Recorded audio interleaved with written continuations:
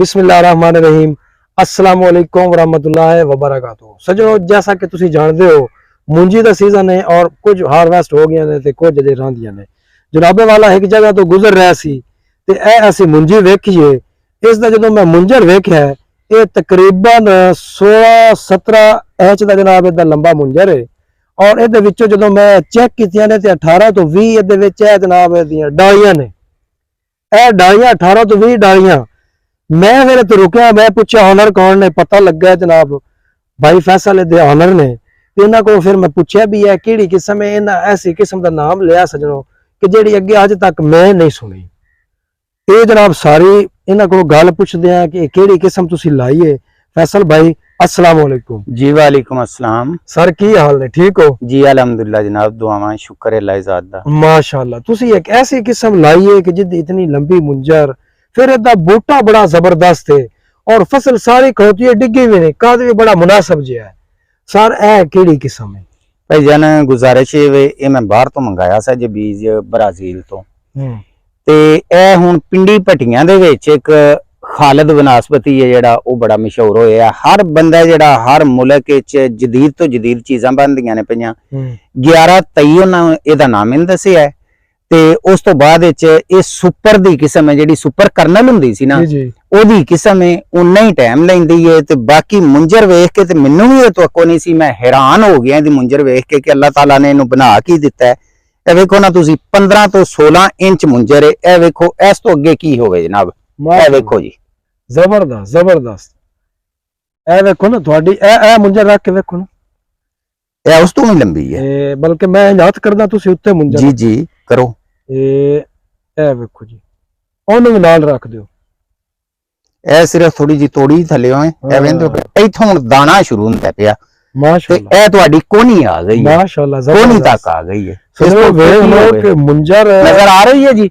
अच्छा जनाब, ये मुंजर जेड़ी है ना जी जी जी ए जितनी लंबाई है इसदी और इहदे जितनी टहनियां ने, मैं टहनियां गिनियां 18 तो 20 ते टहनियां ने जी बिल्कुल है ने सर। इहदी मैं तो नहीं वेखी कोई भी, यकीन जानो मैनू खुद नहीं साजे तो और फिर मजे की गल है जे बूटा इतना इहदा मजबूत है। परसों तूफान आया है, अज 12-10 है ते 12-10 है अज। परसों हर बंदे नू पता है कि तूफान आया, लेकिन अलहमदुलिल्लाह सारी फसल खड़ी है। तूफान आया हर बंदे नू पता है ते तूफान आने तो बाद इन्नी मजबूत है कि सारी फसल खड़ी है।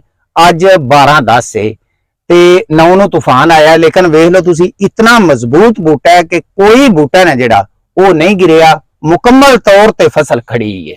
अच्छा फैसल भाई, यदि टिलरिंग भी बड़ी है, कोई खास शय कीती है यदि टिलरिंग होई है की इसी ने? भाई जान मैं जेड़ा भी कीता है ना ओदे विच मैं एदा और एदा एक चीज दा भी फर्क नहीं, इको जिन्नी पाना वा। सिर्फ एक चीज जदीद है ते इस वजह तो अल्लाह दा शुक्र है कि एदी टिलरिंग भी इतनी हुई जे। और एदे ते जितना फल लगा सी जदों परसों हनेर आया ना ते मैं क्या सारी गिर गई होनी, लेकिन मजबूती इतनी है कि वेखो तुसी अल्लाह दा शुक्र है, एक दाने दा नुकसान नहीं होया, उसे तरह खड़ी है।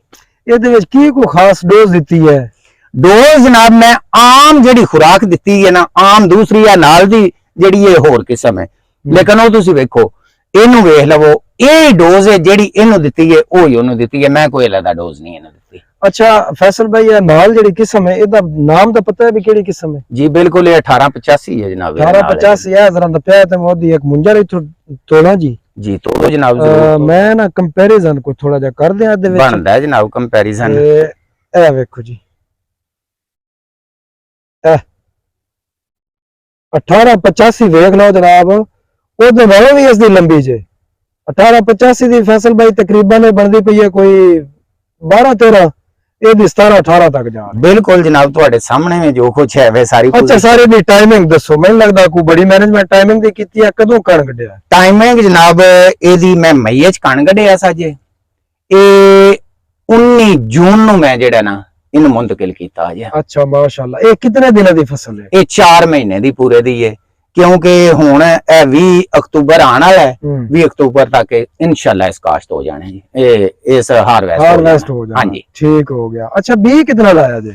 बीज जनाब ये 6 किलो बीज अजे एकड़ दा। कोई बीमारी वगैरह नहीं आई इहदे? जी अलहमदुलिल्लाह भाईजान तुहाडे सामने में जो पोजीशन है वे इनू कोई बीमारी नहीं जी आई, बिल्कुल भी। स्प्रे मैं जरूर कीता इनू, ਲੇਕਿਨ ਨਾ ਇਹਦੇ ਤੇ ਕੋਈ ਅਟੈਕ ਹੋਇਆ ਜੇ, ਨਾ ਇਹ ਗਿਰੀ ਜੇ। ਔਰ ਮੁੰਜਰ ਜਿਹੜੀ ਇਹ ਵੇਖ ਕੇ ਮੈਂ ਯਕੀਨ ਕਰੋ ਮੈਂ ਖੁਦ ਹੈਰਾਨ ਆ ਕਿ ਮੈਂ ਇਹ ਮੁੰਜਰ ਅਜ ਤੱਕ ਨਹੀਂ ਵੇਖੀ। माशाल्लाह।